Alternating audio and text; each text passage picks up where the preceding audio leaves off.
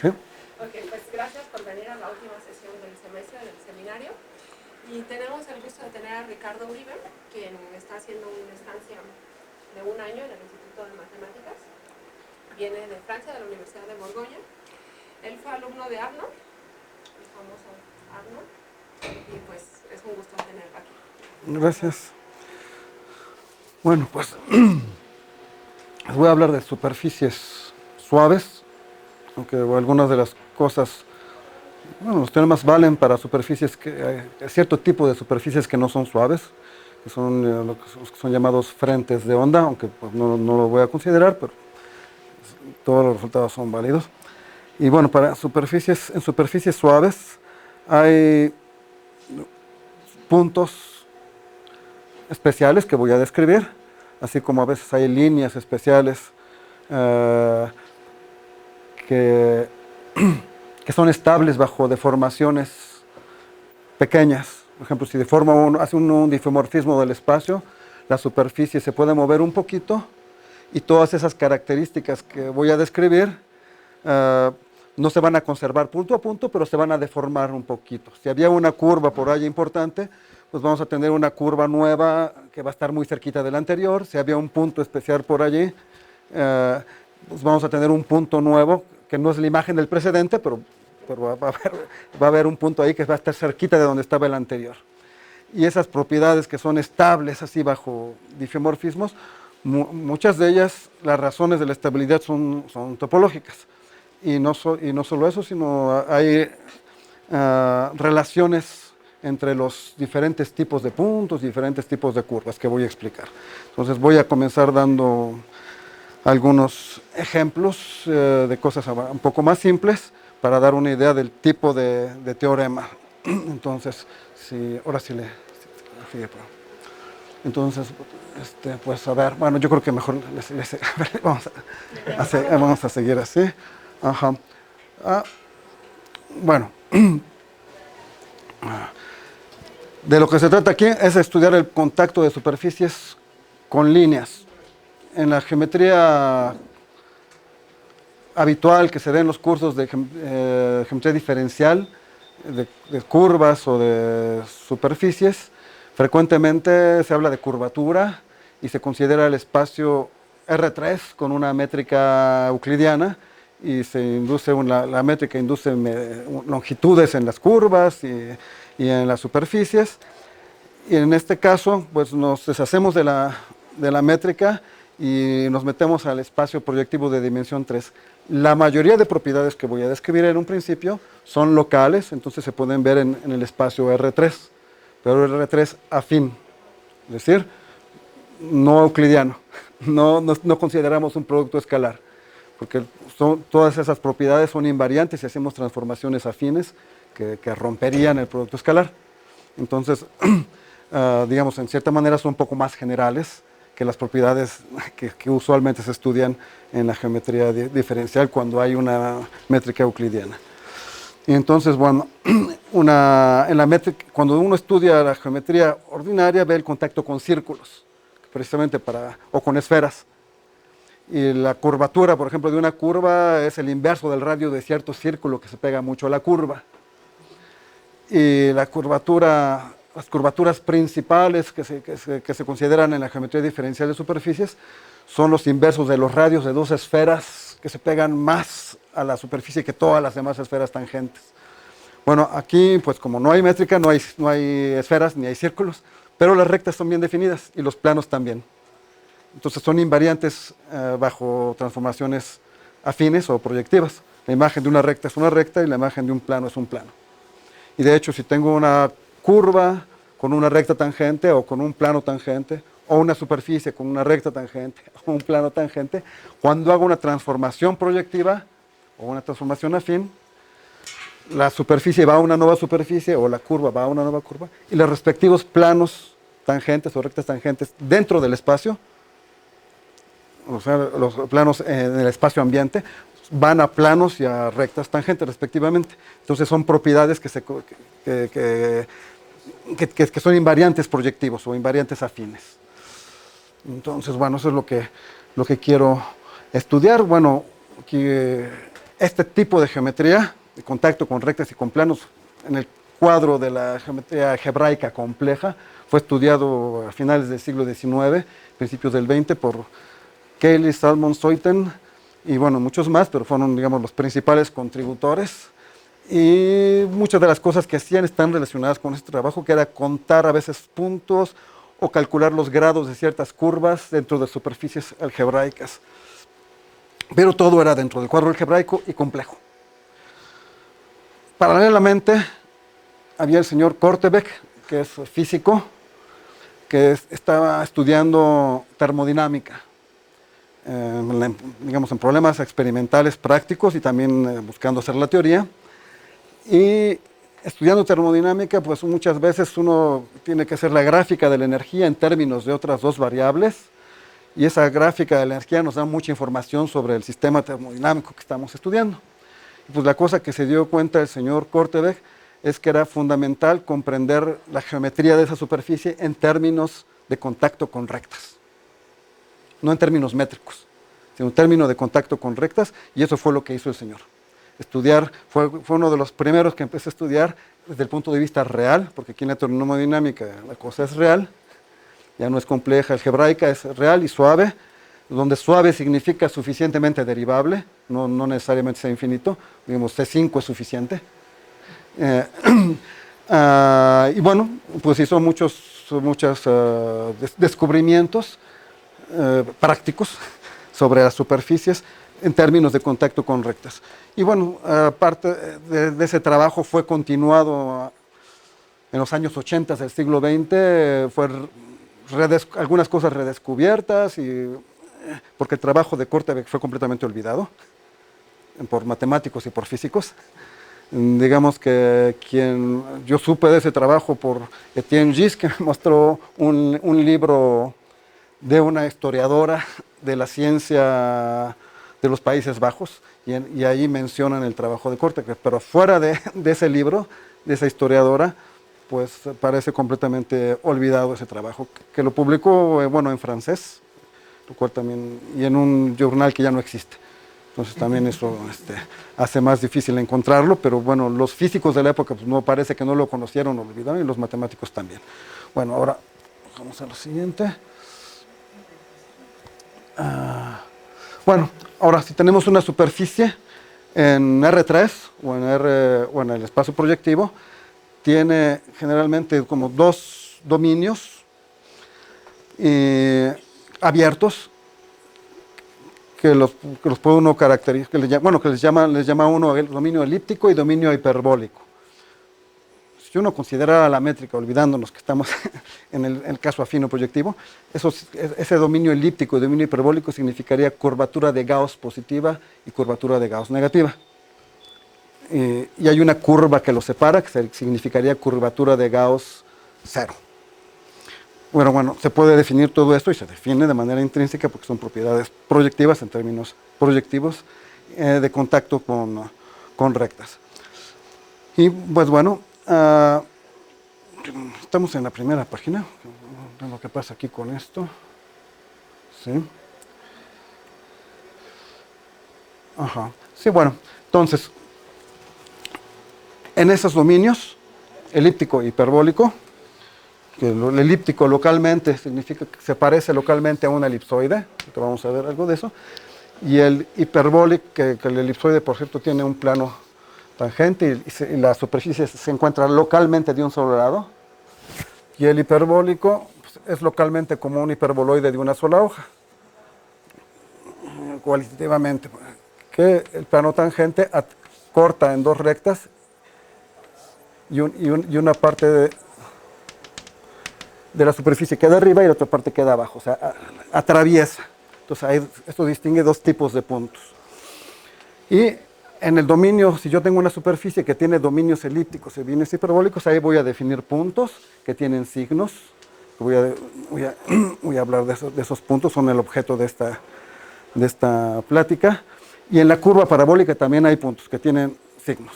Y la cosa es que no puede haber cualquier número arbitrario. El conjunto de puntos hiperbólicos, estos especiales con signo. el conjunto de puntos elípticos especiales con signo y el conjunto de puntos en la curva parabólica que son especiales, que tienen su signo, satisfacen cierta relación, no es arbitrario. Y esa relación depende del tipo topológico de la superficie que estamos considerando, en particular de su característica de Euler. Bueno, entonces, lo mismo que acabo de decir, vale si considero solo un dominio elíptico que tiene por borde una curva parabólica. Ese dominio elíptico puede tener una curva parabólica con muchas componentes, no necesita ser un disco. Puede tener varios hoyos, y lo mismo, el número de puntos especiales adentro con sus signos y en la frontera depende otra vez de la característica de Euler de ese dominio. Bueno, vamos a explicar un poquito más. Entonces, bueno, aquí está la fórmula que se obtiene al final, ahorita la presento desde el principio, pero voy a explicar todo. Si tenemos una superficie compacta, orientable o no, no importa, en el espacio proyectivo, y considero la suma de sus puntos hiperbólicos con signo, la suma algebraica, y la suma de sus puntos elípticos algebraica con signo, y tomo la diferencia, eso nos va a dar 3 veces la característica de Euler de la superficie. Ese es el teorema principal al que vamos a llegar. Entonces, una vez lo anuncio, pero después voy a tener que explicar todo lo necesario para entender eso. Bueno, entonces, ahora sí, comenzamos. Entonces, antes de empezar, vamos a ver algo que es necesario para definir esos puntos, y es la noción de, en inglés se usa la K-point contact, que no sé cómo traducirlo al español porque en francés tampoco se usa, que es, digamos, decimos que una recta, por ejemplo, tiene multiplicidad de intersección 2, sería como multiplicidad de intersección. O orden de contacto, a veces lo utilizan como tangencia, pero sería como, vamos a decirle, orden de contacto, o multiplicidad de intersección. Entonces, una recta tangente, que es un límite de secantes, tiene multiplicidad de intersección 2 con la curva. Pero en los puntos de inflexión, que precisamente sería una de las posibles definiciones de punto de inflexión, la multiplicidad, bueno, si el dibujo está bien hecho, es 3. Fíjense que en este caso la curva atraviesa su recta tangente, o al revés, la recta tangente atraviesa la curva. Y cuando tenemos multiplicidad impar, por ejemplo, también si tenemos esto, si nuestra curva es esto, esta no es tangente, la multiplicidad de intersección es un punto, nada más atraviesa, ¿verdad? Cuando es 2, queda de un lado, cuando es 3 vuelve a atravesar, cuando es 4, que es como la función y igual a x cuarta, se pega mucho, pero queda de un solo lado. Digamos, tenemos 4 puntos concentrados allí. Y igual a x cuarta, digamos, tiene una raíz de orden 4. Entonces son 4 raíces. Queda de un solo lado. Entonces orden par queda de un lado, orden impar se atraviesa. Y bueno, para los puntos de inflexión son invariantes proyectivos. Si hago una transformación del plano, o afín o proyectiva, de la curva va a una nueva curva, y la recta tangente va a la recta tangente porque esas transformaciones preservan rectas, y el punto de inflexión entonces va a un punto de inflexión. Y entonces el número de puntos de inflexión de una curva es un invariante proyectivo. Y bueno, entonces el tipo de teorema que estamos considerando es un teorema que voy a anunciar más al ratito, que es el teorema de Möbius, que minora el número de inflexiones de una curva en el plano proyectivo, de una curva no contractible. Entonces, bueno, la noción, la definición propia, digamos, exacta de esto, del orden de contacto de una curva con una hipersuperficie, bueno, una curva con una superficie en R3 o una curva con otra curva en el plano, es simplemente restringo la subvariedad a la curva y derivo y veo cuántas veces se anula. Si la primera derivada no se anula, pero nada más es 0 en el punto, es decir, contacto 1. Si la primera derivada se anula, es contacto 2, etcétera, etcétera. Esa sería la definición formal y que nos permite también calcular. No solo es con su definición, sino es práctico para calcular. Entonces, bueno, ya sabemos aquí, la recta tangente es límite de secantes, ¿verdad? Tenemos esto, y en el límite tenemos la secante. Entonces, por eso tenemos multiplicidad 2. Y eso que está el dibujito allí. Y en los puntos de inflexión tenemos multiplicidad 3, como ya lo había mencionado.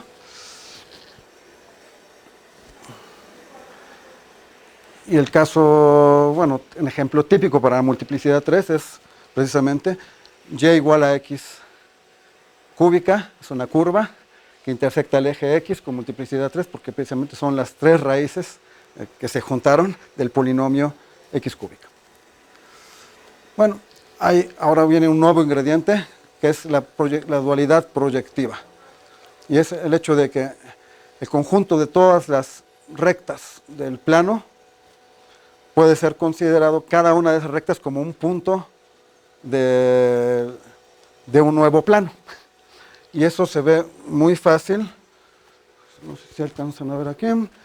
Por ejemplo, si considero la recta AX más BY igual a 1,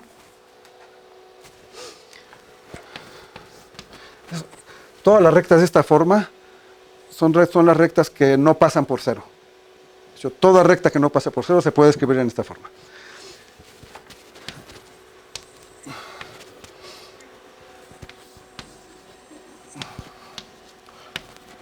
Para cada punto AB tengo una recta que pasa por aquí. Pero para cada punto XY, si veo AB como variables, eso me da una recta por acá. Entonces esta ecuación me hace una paridad entre rectas y puntos, respectivamente, del plano AB y del plano XY. Y ahora, el plano AB y el plano XY también los podría yo considerar como iguales, no podría identificarlos. Y si los identifico, lo que me queda, por ejemplo, si hago X igual a y B igual a Y, lo que me queda es X cuadrada más Y cuadrada igual a 1, que es la ecuación de un círculo.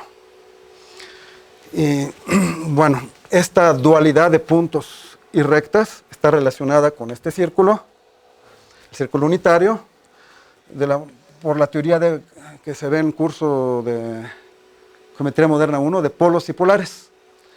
Entonces, si tengo la recta 3x más 2y igual a 1, bueno, antes de eso, si tengo una recta aquí, esto es L, su polo, puedo trazar con las tangentes, le puedo asociar este punto. O si tengo un punto, tomo trazo las tangentes y le asocio esta recta. Se puede hacer también, si tengo el punto al interior, trazo una recta y hago la misma construcción, trazo una nueva recta y repito la construcción, obtengo dos nuevos puntos y obtengo con esos dos puntos una nueva recta que sería la polar de este punto. Entonces hay una correspondencia geométrica entre puntos y rectas a través del círculo. Y esta correspondencia geométrica se traduce por esta ecuación. Entonces el polo de esta recta es el punto de coordenadas 3, 2. Con respecto al círculo unitario. Entonces, bueno, se puede hacer con respecto al círculo unitario y se puede hacer con respecto a cualquier cónica. Incluso si la cónica es imaginaria. Es decir, basta con considerar una ecuación de grado 2. Se puede construir esta dualidad. Bueno, entonces, la dualidad entre puntos y rectas se utiliza, es muy útil cuando uno trabaja con el plano proyectivo y aún con estudios locales, aún en el caso afín. Y ahora lo que voy a hacer es considerar, una vez que ya sabemos qué cosa es eso de la dualidad y la correspondencia entre puntos y rectas, a cada curva le voy a asociar una nueva curva. Digamos que aquí en estos planos que dibujé, que son cartas afines, esto le voy a llamar R2 y este R2 dual, pero si los completo sería RP2 y RP2 dual, y en principio no hay distinción entre ellos. Puedo comenzar con uno y dualizar obteniendo el otro. Entonces ahora si estoy en R2 o en RP2 y tengo una curva, para cada punto de mi curva tengo una recta tangente y esa recta tangente representa un punto en el espacio dual. Si lo hago con el círculo, simplemente trazaría el polo de esta recta con respecto al círculo unitario. Trazo su polo. Hago lo mismo para todas las rectas, cada una tiene su polo. De esa manera, con esta curva gamma, construyo una nueva curva, que es la curva de los polos de las rectas tangentes, y obtengo la curva dual. Si comienzo con la curva dual y repito la misma operación, regreso a la curva original. Es decir, si aquí trazo las tangentes y considero los polos, reobtengo punto por punto la curva original. Esa es una de las propiedades interesantes y útiles de la dualidad. Y bueno, otra de las propiedades de la dualidad, ligada a los puntos de inflexión que mencioné, es que si yo tengo un punto de inflexión y considero todas las rectas tangentes que son como puntos en el espacio dual, la nueva curva que obtengo tiene una cúspide, un punto cuspidal, se llama de tipo semicúbico. Localmente se puede escribir, escogiendo buenas coordenadas, como x cúbica igual a y cuadrada. Este tipo. Por eso se llama semicúbico. Se puede escribir como y igual a x a la 3 medios. Entonces, toda inflexión en el dual da una cúspide semicúbica. Recíprocamente, toda cúspide semicúbica en el dual, si por ejemplo aquí yo tuviera una cúspide, aquí yo obtendría entonces una inflexión. Entonces también las cúspides semicúbicas y las inflexiones son objetos duales. Y si tengo una curva suave en el plano, la curva dual va a tener singularidades, pero para una curva genérica las singularidades más complicadas que podría haber serían las cúspides semicúbicas. Bueno, entonces, y bueno, aquí en este dibujo hice una recta que es tangente en dos puntos. Eso equivale a que la dual va a tener un punto doble. Porque vengo con las tangentes aquí, paso por esta recta y luego regreso a la misma recta tangente. Es decir, regreso al mismo punto en el dual. Entonces, bueno, ahora sí les enuncio el teorema de Möbius, que es un teorema del tipo del que voy a considerar para superficies, que dice que toda curva que sea una deformación de la recta proyectiva y que esté encajada, tiene al menos 3 inflexiones. O en términos de la dual tiene al menos la deformación de un punto, porque fíjense que la recta proyectiva es un punto en el dual. Porque el conjunto de rectas son puntos en el dual. Entonces, una deformación de un punto, desde el punto de vista que habría que explicar de la geometría de contacto, nos da una curva que tiene al menos 3 puntos cuspidales de tipo semicúbico. Es un teorema de Möbius. Digamos que esto es un invariante topológico, un invariante discreto, es el número 3. Que no se puede romper, salvo que uno pase en algún momento si uno deforma la curva, ese número 3 puede aumentar a 5, a 7, y en algún momento sí se puede llegar a disminuir a 1, pero la curva ya no sería encajada. Tendría que tener cierto número de autointersecciones, y para eso tendría que pasar por momentos de autotangencia. Y eso es, solo menciono la palabra, esto de topología proyectiva o topología de contacto, es lo que impone ese número mínimo 3. Es un invariante topológico. Hay unos objetos en un espacio más grande cuyo tipo topológico implica ese número mínimo 3. ¿Pero siempre sin par? Siempre sin par. Siempre sin par. Porque las inflexiones o las cúspides nacen por pares. Para un camino genérico siempre nacen por pares. Y siempre puedo ir de una curva a otra por un camino genérico. Entonces, y esto, bueno, es una curva genérica. si uno construye objetos que no son genéricos, podría tener singularidades que ya no son líneas cuspidales, puntos cuspidales. Pero pequeñas deformaciones siempre destruyen eso y siempre uno obtiene solamente puntos cuspidales. Entonces, bueno, ese es un teorema de Möbius. Y ahora pasamos ahora sí a superficies. Lo que vamos a hacer sería como la generalización de las inflexiones, en cierta manera. Bueno, entonces tenemos ahora sí, ya les había mencionado lo de los dominios hiperbólico y elíptico. Bueno, aquí ya está explicado con más calma. Entonces tengo aquí una superficie que es no necesariamente un elipsoide, algo convexo. Toda recta tangente tiene multiplicidad de intersección 2 con la superficie. Sin embargo, si tengo algo como la silla de montar, casi todas las rectas tienen multiplicidad 2, excepto las rectas tangentes a las curvas de intersección del plano tangente con la superficie. Que como se ve aquí, esta recta que es tangente pasa de un lado a otro. Aquí está abajo de la superficie y acá está arriba de la superficie. Entonces tiene multiplicidad impar, que es 3 genéricamente. Y esta otra también está abajo y pasa arriba. Entonces, en el dominio hiperbólico hay dos rectas especiales, que de hecho estas dos rectas especiales que intersectan con multiplicidad al menos 3 y que genéricamente será 3, es lo que se llaman las rectas asintóticas o direcciones asintóticas. Digamos, esta es la definición geométrica de direcciones asintóticas, que no precisa de ninguna métrica ni de nada. Es simplemente contacto con rectas. Bueno, entonces eso distingue perfectamente el dominio elíptico del dominio hiperbólico. En el dominio hiperbólico hay siempre un campo de cruces. En el dominio elíptico no hay nada de eso. Y, bueno, entonces veamos así unos ejemplos.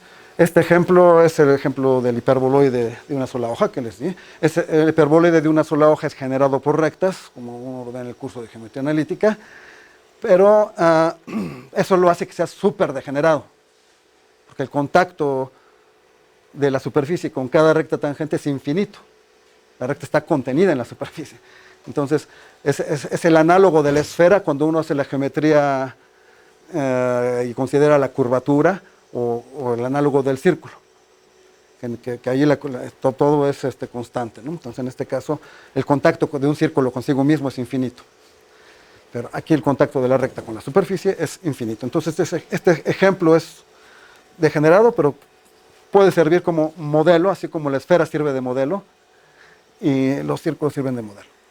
Bueno, un ejemplo menos degenerado sería un toro, no de revolución, una dona ahí cocinada.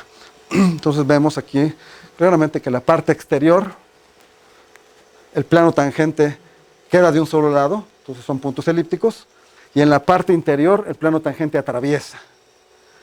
Entonces son puntos hiperbólicos. En la parte interior tenemos un campo de cruces, en la parte exterior no, y hay una curva que separa esos dos dominios, que es la curva parabólica, que está perfectamente bien definida. Y bueno, entonces tenemos aquí esta curva parabólica que separa a los dos dominios. Bueno, entonces haciendo el resumen general, aquí cada vez que un dominio esté de rojo va a ser dominio hiperbólico, donde hay el campo de cruces. Entonces tenemos aquí el campo de cruces y dibujé una blanca y otra negra. Y eso significa que se pueden distinguir, que hay una manera natural de distinguir las dos rectas de la cruz. Ahorita voy a explicar cómo distinguirlo. Y tenemos el dominio elíptico, y además en la curva parabólica que lo separa, lo que pasa con las rectas es que se van acercando, y en la curva parabólica tenemos una sola dirección, pero que es doble. Por otro lado, tenemos además pues, un campo de rectas en el plano o en una superficie, siempre es integrable si varía de manera diferenciable. Y las curvas integrales de ese campo, aquí por ejemplo esta de las rectas negras, se llaman las curvas asintóticas. Aquí tenemos de las blancas y se juntan en la curva parabólica. Entonces esas son las curvas asintóticas, que todo eso son objetos proyectivos, son invariantes proyectivos, no cambian cuando hacemos una transformación proyectiva. Entonces, si enviamos la superficie por una transformación proyectiva en otra, todo eso resta invariante. Se queda invariante. Bueno, entonces tenemos aquí el campo de cruces, tenemos la curva parabólica, están ya casi todos los objetos que quiero definirles. Ahora faltaba explicar por qué se distinguen los puntos, las rectas de la cruz. Y lo que distingue las rectas de la cruz es que las curvas que les dije, curvas asintóticas, que son las curvas integrales, son curvas en el espacio. Y las curvas espaciales se tuercen. Y esas curvas espaciales que se tuercen, que son las curvas asintóticas, se pueden distinguir de la siguiente manera. Simplemente basta con orientar el espacio ambiente. El espacio proyectivo es orientable, o el espacio afín R3 también es orientable. Entonces, fijamos una orientación en la que sea. Y eso nos distingue entonces dos tipos de curvas, las curvas derechas y las curvas izquierdas. Una curva es derecha si se tuerce como un sacacorchos usual para los derechos, pero también hay sacacorchos para los zurdos. Esa sería como una curva izquierda. En términos de, no de sacacorchos, sino de la teoría de curvas usual, lo que hacemos es que una curva derecha la podemos parametrizar, no importa qué parametrización, con que sea una parametrización regular. Si calculamos las primeras tres derivadas, obtenemos un marco que es positivo si la curva es derecha y es negativo si la curva es izquierda, que cambian solamente bajo una reflexión. No puedo pasar de una a la otra de manera continua. La única manera es una reflexión y eso cambia la orientación. Entonces, eso nos distingue perfectamente dos tipos de curvas. Y bueno, teorema, en un punto de la superficie, en cada punto de la superficie pasan dos curvas integrales, dos curvas asintóticas. Una de ellas es izquierda y la otra es derecha. Y eso pues nos hace una distinción. Entonces por eso distinguimos a cruces y eso va a ser importante también para lo que sigue. Bueno, entonces tenemos las curvas asintóticas y frecuentemente es muy útil considerar la superficie localmente como gráfica de una función. Y lo más frecuente, al menos teóricamente, es considerarla como gráfica definida en su plano tangente. Entonces, si la consideramos como gráfica definida en su plano tangente, y tomamos como origen el punto, Q0 vale 0, la parte lineal también vale 0, y comenzamos con los términos de grado 2. Esos términos de grado 2 es lo que se llama en geometría diferencial la segunda forma cuadrática o segunda forma fundamental. No es más que los términos de grado 2 de la serie de Taylor. Y bueno, esta segunda forma fundamental es una forma cuadrática, y las formas cuadráticas, si se recuerdan del curso de álgebra lineal, hay las que son definidas o las que son indefinidas. Definidas significa que para cualquier vector tienen, como formas cuadráticas, tienen el mismo signo todo el tiempo, son todo el tiempo positivas o todo el tiempo negativas, y las indefinidas tienen en algunas partes positivas y en algunas partes negativas, pero significa que hay el intermedio entre los dos, hay vectores donde se anula. Entonces, para una forma indefinida, las dos direcciones en las que se anula la forma cuadrática son precisamente las cruces de las que hablé antes. Esa sería la definición, digamos, no geométrica, sino analítica, de las direcciones o rectas asintóticas. Son las que anulan la forma cuadrática. Si la forma es definida, no hay ninguna recta que la anule y estamos en el dominio elíptico entonces. Entonces, dominio elíptico significa forma cuadrática o segunda forma fundamental o términos de orden 2 de la serie de Taylor definida, y dominio hiperbólico, forma indefinida. Y bueno, entonces ya tenemos la conexión entre la parte analítica y la parte geométrica. Después, más tarde, algo que va a contar mucho es la parte cúbica que les voy a mencionar, que está definida solo salvo múltiplos de la parte cuadrática. Digamos, la parte cúbica depende del sistema de coordenadas, pero si la definimos en el espacio. si la definimos módulo la parte cuadrática, salvo múltiplos de la parte cuadrática, queda un objeto bien definido. Ese cociente, módulo la parte cuadrática, queda bien definido. Y si la parte cuadrática nos mide cómo la superficie se separa de su plano tangente, la parte cúbica nos va a medir cómo la superficie se separa de su parte cuadrática, que sería como un paraboloide, que tanto se separa se aleja de la parte cuadrática. Y bueno, entonces después voy a mencionar un poquito sobre eso. Bueno, entonces ya esto ya que está en rojo ya lo mencioné. Y ahora comenzamos, ahora sí, perdón, pero están todas estas definiciones para llegar a los puntos especiales. Comenzamos con el primer punto especial, que son en la curva parabólica. Decíamos, tenemos dominio hiperbólico, un campo de cruces, nos acercamos a la curva parabólica, la cruz degenera y se vuelve una recta doble. Pero esta recta es transversa a la curva parabólica genéricamente. Pero moviéndonos a lo largo de la curva parabólica todavía tenemos un grado de libertad. Y eso significa que el ángulo va a variar. Y puede haber puntos aislados en que se vuelva tangente. Esos puntos aislados son puntos fundamentales para la superficie. René Thom les llamó Gaudron. Digamos, los ingleses le llaman cúspides de Gauss.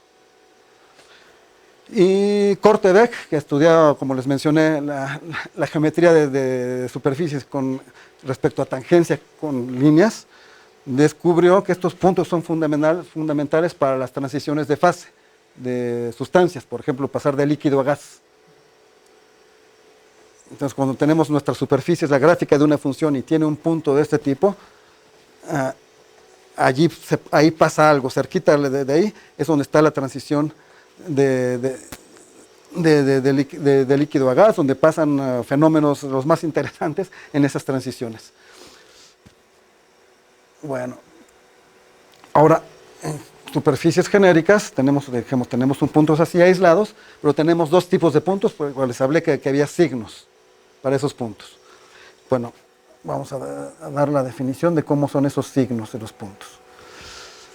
Les dije, el rojo es el dominio hiperbólico, blanco es dominio elíptico, hiperbólico, elíptico.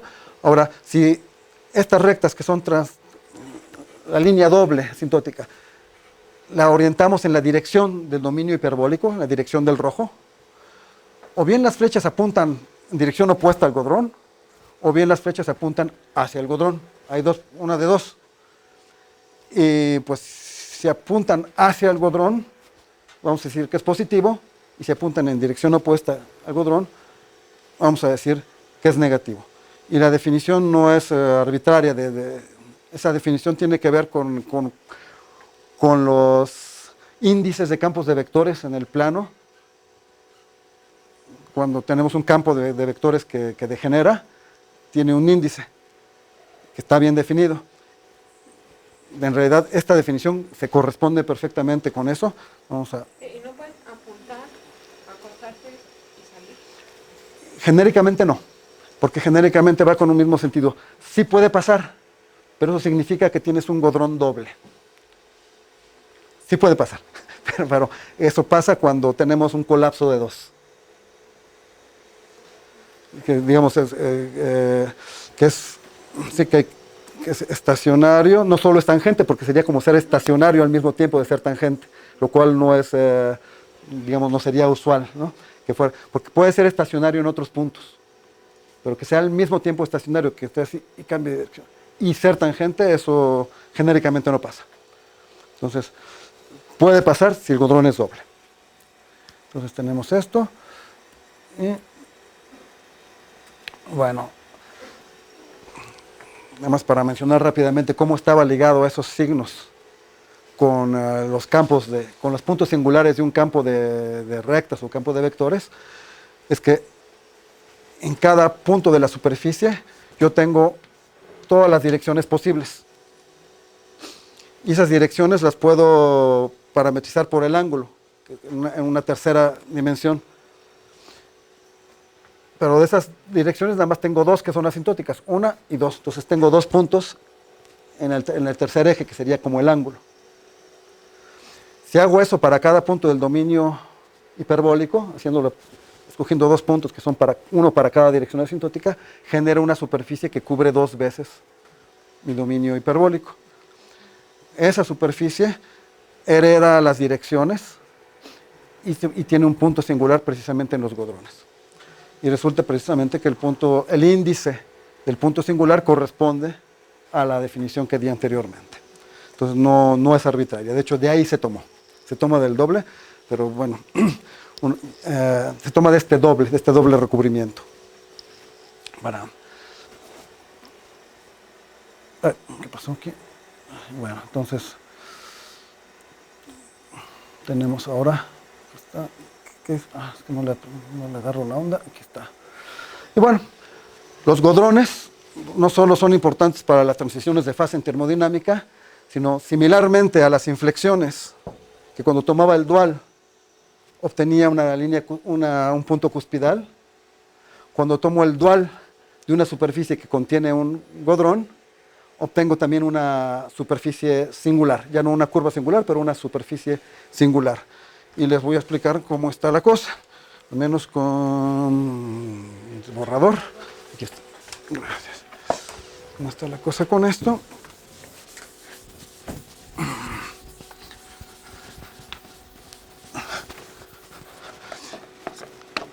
¿Qué significa tomar el dual? Tengo una superficie y para cada punto tengo un plano tangente. Repito la operación que hice antes con polos y polares, pero en vez de hacerlo con líneas y puntos, luego con planos y puntos.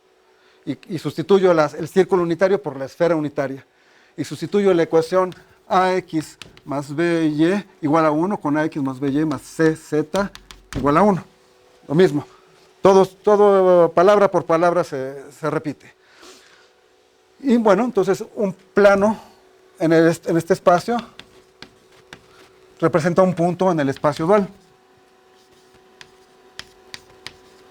Y entonces para todos los planos tangentes obtengo puntos en el espacio dual y obtengo una nueva superficie. El dominio hiperbólico de mi superficie va en el dominio hiperbólico de la superficie dual. Bueno, el dominio elíptico va en el dominio elíptico. Pero la curva parabólica,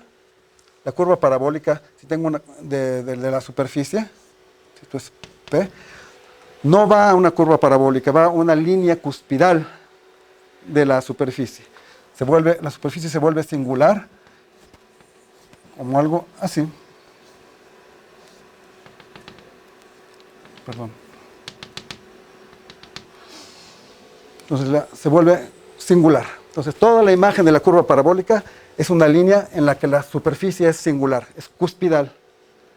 Entonces si aquí tenía H hiperbólico y aquí elíptico, digamos que aquí tendría hiperbólico y aquí elíptico. Y por otro lado, los puntos, estos godrones, van a dar a una cosa que se llama cola de golondrina, o swallowtail, es lo que está escrito ahí arriba, que es una superficie, bueno, que es un punto donde la superficie tiene aquí, esta es una línea cuspidal, esta es una línea cuspidal, y la línea cuspidal ella misma es cuspidal. Y aquí la superficie, si lo ven, tiene una autointersección. Aquí tengo una rama de la superficie, aquí tengo otra rama de la superficie que se corta.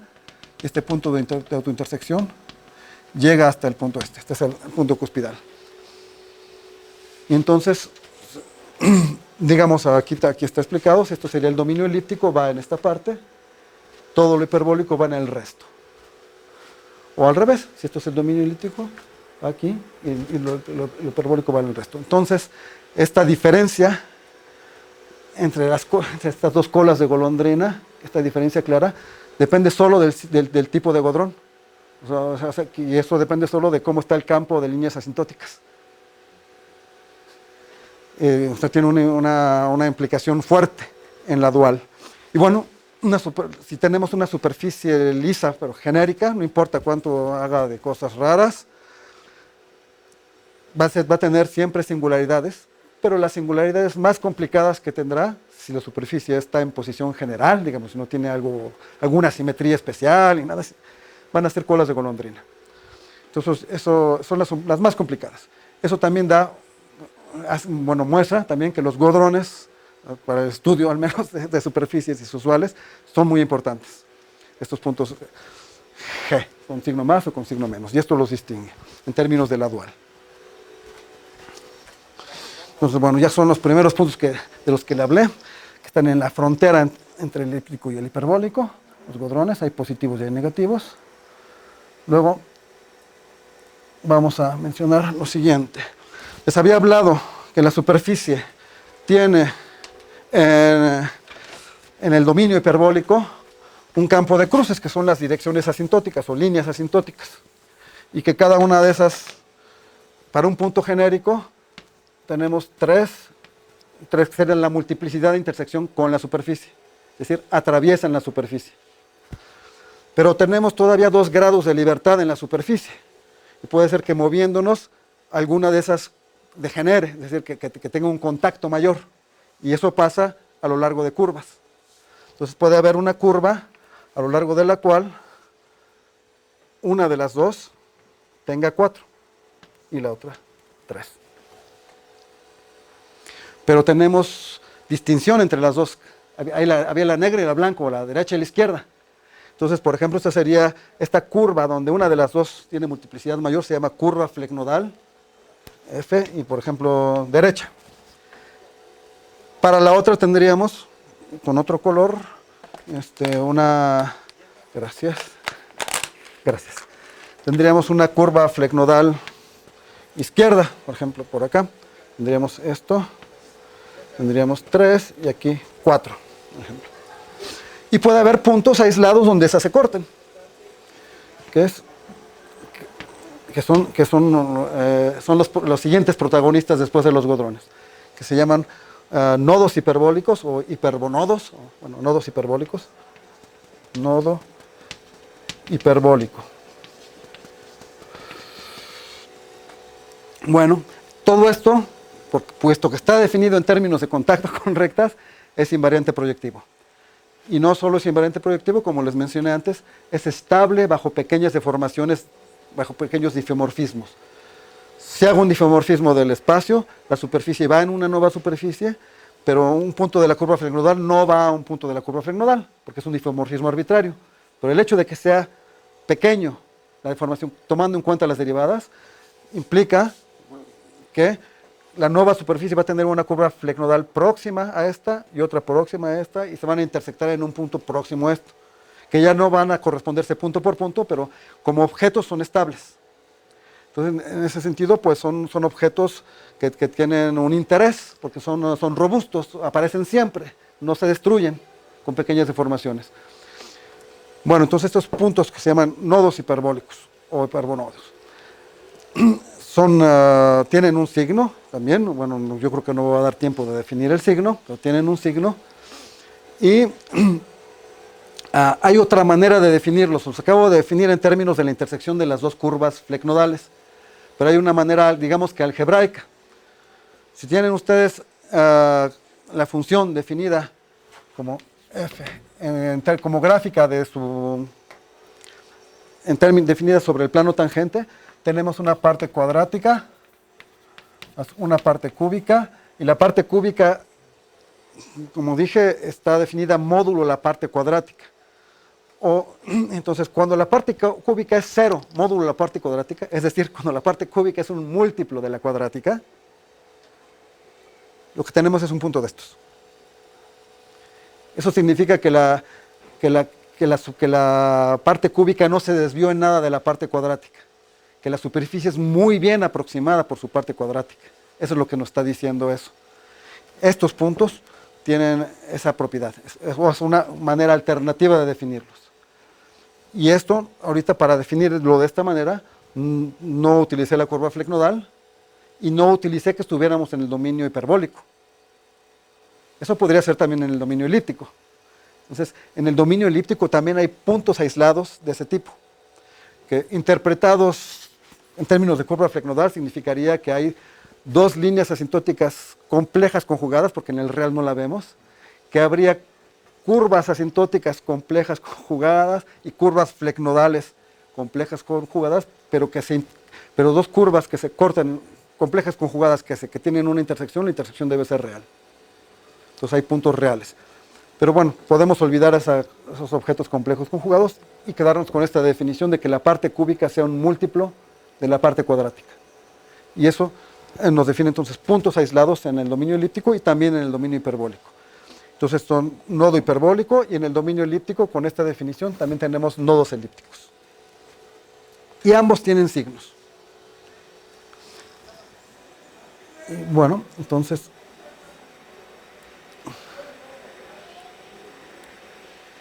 voy a mencionar, bueno, esos nodos, aparte de tener esta propiedad o estas definiciones, juegan un rol importante cuando ya no movemos un poquito la superficie, sino movemos un poco más, pero de manera diferenciable. Si la superficie empieza a deformarse, por ejemplo, como aquí, yo tenía un dominio elíptico y le oprimo, no con el dedo así, no con la punta del dedo, sino lo hago así. Porque si oprimo con la punta del dedo, la punta del dedo es elíptica también, ¿verdad? Entonces produciría otra vez algo elíptico. Yo quiero producir algo hiperbólico. Entonces le hago con esta parte es hiperbólica. Tiene una curvatura en un sentido y para otro, en otro sentido, ¿verdad? Produzco esto. Entonces, lo que sucede es, siempre que nazca un disco hiperbólico como está aquí, en una familia genérica de funciones, algo que dependa del tiempo de manera diferenciable, siempre va a aparecer este fenómeno. Aparece una curva flecnodal en forma de 8, que tiene aquí un nodo hiperbólico. Aquí hay dos godrones. Siempre pasa eso. O al revés, si desaparece un disco hiperbólico, en el momento de desaparecer tenía esta curva en forma de 8, estos dos godrones. Lo importante es que el momento de aparecer no puede ser en cualquier lado. Aparece donde antes hubo un nodo elíptico. Estos puntos que definimos aquí como tales que la parte cúbica es múltiplo de la cuadrática. Entonces son necesarios esos puntos para que haya bifurcaciones, para que haya metamorfosis en los que los dominios elíptico y hiperbólico cambian. Hay varias, esta es solo una de las maneras en que cambia, dicen hacer una isla hiperbólica. También se puede hacer nacer una isla elíptica. O se pueden juntar dos dominios hiperbólicos que estaban separados, o dos dominios elípticos que estaban separados. Hay diferentes maneras hay una lista corta de metamorfosis posibles en las que cambian esos dominios. Bueno, siempre estos puntos, los nodos elípticos o los nodos hiperbólicos, intervienen. Y donde había un nodo elíptico es ahí donde aparecerá algo que se transforma en un nodo hiperbólico. Y viceversa, donde había un nodo hiperbólico, aparece algo, después de la metamorfosis lo que queda un nodo elíptico. Entonces son fundamentales para cuando hay cambios en la superficie. Juegan un rol importante. Sin ellos no es posible.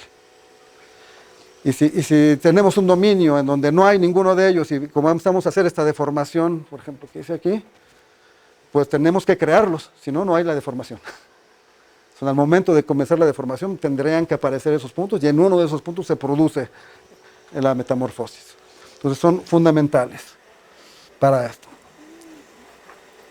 Y bueno, el primer teorema global dice que si tenemos un disco hiperbólico, que tiene que ver con el dibujo anterior, tiene que ver con esto, si tenemos un disco hiperbólico borrado por una curva parabólica, hay un número impar de nodos hiperbólicos al interior. Y entonces al menos uno. Es uno de los primeros teoremas que ya es una propiedad topológica. Hay un ejemplo que fue estudiado por Segre, que es el ejemplo de superficies de grado 3, algebraicas de grado 3, reales. Y dentro de las superficies algebraicas de grado 3 reales están la superficie es difeomorfa a un plano proyectivo. Como hace rato la curva que dibujé que era difeomorfa a la recta proyectiva y que tenía 3 inflexiones, el caso análogo sería deformar el plano proyectivo en el espacio proyectivo y obtenemos pero con términos de grado 3 nada más. Si tenemos una superficie de grado 3. Pues la configuración de una superficie siempre es esta. Tenemos el dominio en rojo que es hiperbólico, tiene 4 discos elípticos. Fíjense, en un disco elíptico no hay ningún punto elíptico especial, no hay ningún nodo elíptico. En este hay 1, en este hay 2 y en este hay 3. Pero en este donde no hay nada de nodos elípticos tenemos 3 godrones. En este donde hay 1, hay 2 godrones. En este donde hay 2, ese es mi teléfono. Perdón, debe ser la publicidad. Lo están llamando uno para quién sabe qué. Y bueno, entonces tenemos, fíjense que la suma de elípticos, de nodos elípticos y de godrones en cada disco es 3 siempre. Y pues, bueno, este ejemplo y el hecho de conocer todas las metamorfosis posibles, porque también si uno observa cuáles son todos los cambios posibles y uno hace las cuentas, ve que en el ejemplo anterior había un nodo elíptico y se transformó en uno hiperbólico más 2 godrones y con signo positivo, y uno empieza a ver todos los cambios posibles y ver cómo se transforma y de qué signo son las cosas, uno empieza a adivinar que algo queda invariante. Y bueno, luego este ejemplo aquí nos dice que hay un 3. Es que no tiene que, de hecho, ese 3 no tiene nada que ver con que la superficie sea de grado 3. No tiene nada que ver con eso, tiene que ver con la forma cúbica fundamental que les hablé hace un momento. Bueno, y bueno, aquí lo que tenemos entonces en este ejemplo. Y bueno, ahora pues introduzco nada más unas notaciones. Esta es la suma algebraica de los nodos elípticos con sus respectivos signos, la suma algebraica de los godrones en la frontera de un dominio elíptico arbitrario, lo mismo para cualquier dominio hiperbólico y para su frontera. Estamos considerando dominios cuya frontera es una curva parabólica, posiblemente con muchas componentes, no tiene por qué ser solo un círculo. Entonces aquí está el teorema principal, que ya más o menos se había anunciado. Entonces, para el dominio hiperbólico, la suma algebraica de sus nodos hiperbólicos coincide con la característica de Euler del dominio. Por otro lado, la suma algebraica de sus godrones es 2 veces la característica de Euler del dominio. Y para el dominio elíptico no tenemos este tipo de igualdades, pero tenemos esta, que es la suma algebraica de sus nodos elípticos menos la de los godrones en su frontera, nos da 3 veces la característica de Euler de este dominio elíptico. Bueno, si sumamos estas dos, vamos a tener casi la misma cosa. Los nodos hiperbólicos más los godrones, contados con signo, va a ser 3 veces la característica de Euler del dominio hiperbólico. Y bueno, sumando todo, si tenemos una superficie compacta en el espacio proyectivo, por ejemplo, una deformación del plano proyectivo, como en el ejemplo anterior de Segre, pues vamos a tener entonces un teorema que dice que, fíjense que cada godrón estaba en el dominio hiperbólico como frontera, pero también en el elíptico como frontera. En el hiperbólico está contado con signo más, en el elíptico con signo menos. Entonces, haciendo la suma total, todos los godrones desaparecen y nada más nos quedan los nodos elípticos y los nodos hiperbólicos, y esta suma nos da 3 veces la característica de Euler de la superficie. Y bueno, ese 3 tiene que ver con esta forma fundamental que les hablé, esa forma cúbica. Esa forma cúbica, pues resulta que una forma cuadrática tiene o bien 2 líneas que lo anulan o bien 0, ¿verdad? O bien 2 complejas conjugadas, podemos decirlo así. Una forma cúbica tiene 3 líneas que la anulan, reales, o bien una real y 2 complejas conjugadas. Bueno, pues resulta que en el dominio hiperbólico esa forma cúbica es de este tipo, tiene una línea real y 2 complejas conjugadas. Y cuando le damos la vuelta a un nodo hiperbólico, esta línea va a dar una vuelta, va a tener índice 1 o menos 1. Eso nos da el signo del tipo de nodo. Pero cuando estamos en el dominio elíptico, tenemos 3 líneas. Si tenemos el punto y le damos la vuelta, estas 3 líneas, pues, regresan a las 3 líneas. Y pues resulta que se permutan. Y se permutan vamos a decir, con ángulo, entre comillas, de 1/3 de vuelta o menos 1/3. Hay como uno podría llamarle monodromía fraccional, o algo así, podría llamarle uno así. Y aquí tendríamos que aplicar como teoremas de tipo de Poincaré-Euler, pero no para campos de líneas, sino para campos de ternas de líneas. Y pues, si da la vuelta de 1/3, vamos a decir que es positivo. Si da la vuelta de menos 1/3, vamos a decir que es negativo. Y ese tercio que aparece aquí es el responsable de ese 3 que está aquí y que está en el teorema principal. De este 3, o que sumando estas dos también obtenemos aquí un 3. De ahí viene ese 3. A ver, ¿puedes regresarlo?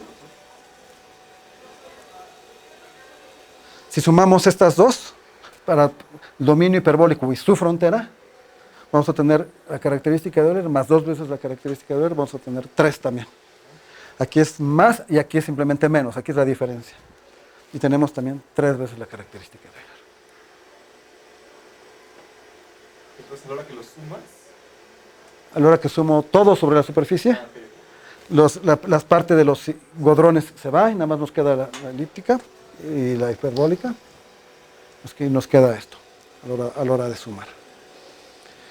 Y pues bueno, entonces la razón es un teorema de tipo Euler-Poincaré, pero para ternas de rectas. Y la parte, digamos, que podría ser un poquito más difícil es en la frontera, porque en la frontera tenemos ternas de rectas, pero no podemos dar la vuelta entera. Tenemos que dar una media vuelta, nada más. Estamos aquí en el dominio elíptico, tendríamos aquí ternas de rectas, y en el límite aquí pasa algo en la curva parabólica. Aquí pasa algo. Aquí tenemos una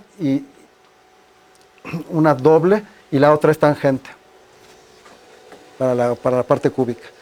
Entonces, hay una manera de resolver este problema, que es desingularizar esto, digamos, ponerse un poquito más abajo, entonces ya se vuelven 3, y luego extenderlo alrededor, y se puede hacer el cálculo. Primero lo desingulariza uno considerando abajito y abajito, y abajito sí son 3 todo el tiempo, y luego le damos la vuelta y lo extiende, y se puede hacer el cálculo, y está bien definido. Y bueno, eso nos da ya una manera de hacer otra vez Poincaré-Hopf para ternas de rectas en un punto de la frontera. Y bueno, el cálculo, uno puede utilizar la forma normal de estos puntos, y lo mismo para los nodos elípticos y nodos hiperbólicos, que ahí es más fácil. La única dificultad sería en estos, pero bueno, se resuelve así. Y pues bueno, yo creo que ya no me queda tiempo. Ya me pasé por mucho. 10 minutos. Bueno, entonces ya expliqué más o menos de dónde viene esto en términos de estas ternas de rectas, pero es esa forma cúbica fundamental, que repito, es en la teoría de Taylor la parte cúbica módulo la parte cuadrática. Eso sí está bien definido, nos dice cómo se separa la superficie de su parte cuadrática. Y cuando se separa en 0, es decir, es cuando estamos en un punto especial, que resulta ser múltiplo. Y pues bueno, ya nada más unas figuritas. Se puede escribir así, donde H es el hessiano. Donde H es el hessiano y DH es la diferencial del hessiano. Esa forma cúbica, ya módulo la parte cuadrática, se puede escribir de esa manera. Entonces, Entonces encontramos una expresión muy simple para esa forma cúbica. Y bueno, ahorita ya nada más son los ejemplos concretos de cómo es en el dominio hiperbólico. En el dominio hiperbólico teníamos una sola línea real y dos complejas conjugadas. Entonces, como es una sola real, nada más hay que ver, ella va a regresar a ella misma y hay que ver si da una vuelta o media vuelta, porque podría dar media vuelta. Pero bueno, da una. O menos media vuelta, etc. Y luego en el dominio elíptico tendremos ejemplos con más un tercio, menos un tercio, con esos casos particulares. Y así se comportan, digamos, los campos de ternas de líneas alrededor del dominio elíptico. Y pues bueno, ya le paro aquí.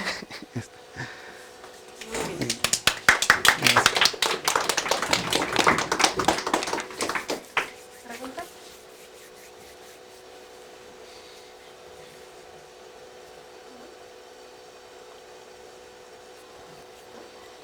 Bueno, pues agradecemos nuevamente. Gracias. La constancia la recibirás por correo porque ya no la podemos imprimir. Ah, sí, no importa. Gracias. Pues muchas gracias. Gracias a ustedes. Pues gracias por la invitación y por su atención. ¿Tú estudiaste en París o en Moscú? En París. ¿No? En París. esta época. Sí. Sí, en París. Y bueno, iba mucho a Moscú a verlo. Porque estaba medio año y medio año. ¿Ya conoces Maxim? Sí, de ahí conozco a Maxim Casarian. Que es, bueno, él fue estudiante de Arnold y anterior a mí.